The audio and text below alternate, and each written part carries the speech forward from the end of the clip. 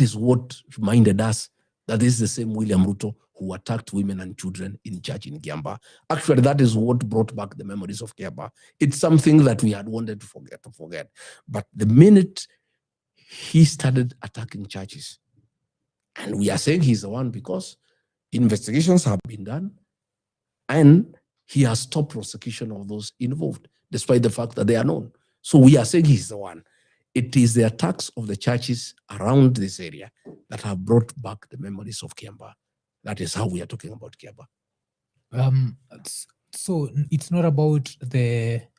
So now, have you stopped forgiving him? And should the Kikuyu community stop forgiving him? No, we cannot. We cannot forgive. Are we going to go back to that where as long as we are working together and make forgive, tukiacha work together? Because I'd have to go back to the speech. I always go back to the acceptance speech of Ruto. It was one of the most very interesting acceptance speech. And you are there.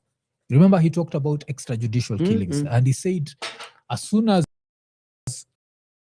over, going to stop. That means these things that used to happen before him. And you never. So now why is it different with him? Why is it now these extrajudicial killings? Say to brother, you can work together, you can what. But when you are coming back, even on the inauguration day, you also remember your speech. There are a few people who took it like it was a little bit disrespectful to Uhuru, if you remember that. True. So can you see why now it's hard for me to take your word 100% that...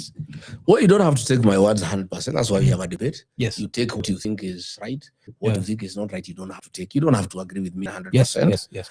Ruto talked about extrajudicial killing, and I believed him. The minute he started doing it, I disagreed with him.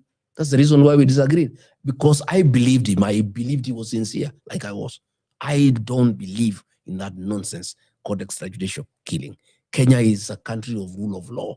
If somebody has committed a crime, arrest him, take him to court, prosecute him, let the court mete out a sentence if he is guilty. But killing people without going through the legal process is unacceptable. And I've explained to you that is why I disagreed with him, and I cannot agree with him. And I also now know he is deceptive. So I cannot agree to anything he tells me anymore. So how different, if you were to get in power, would you deal with the security sector in Kenya? Because it's a problem, especially with goons in political spaces. Goonism is the legacy of William Ruto.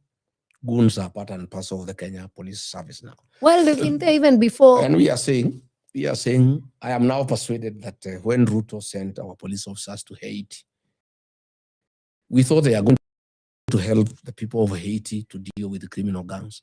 Little did we know that they were going there for benchmarking, to know how goons run a country. The city of Nairobi is run by goons.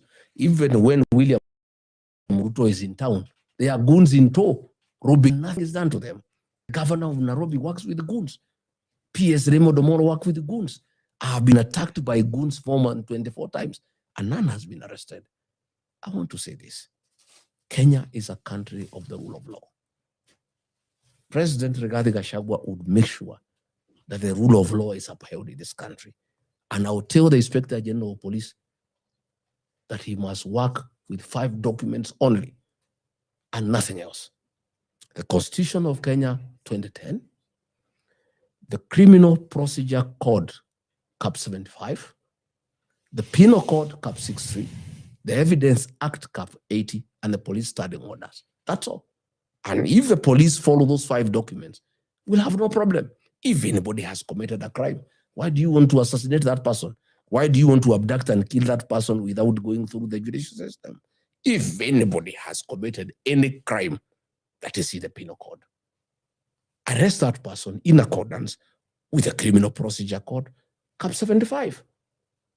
Put that person before court. And using Cap 80, the Evidence Act, adduce evidence before a court of law.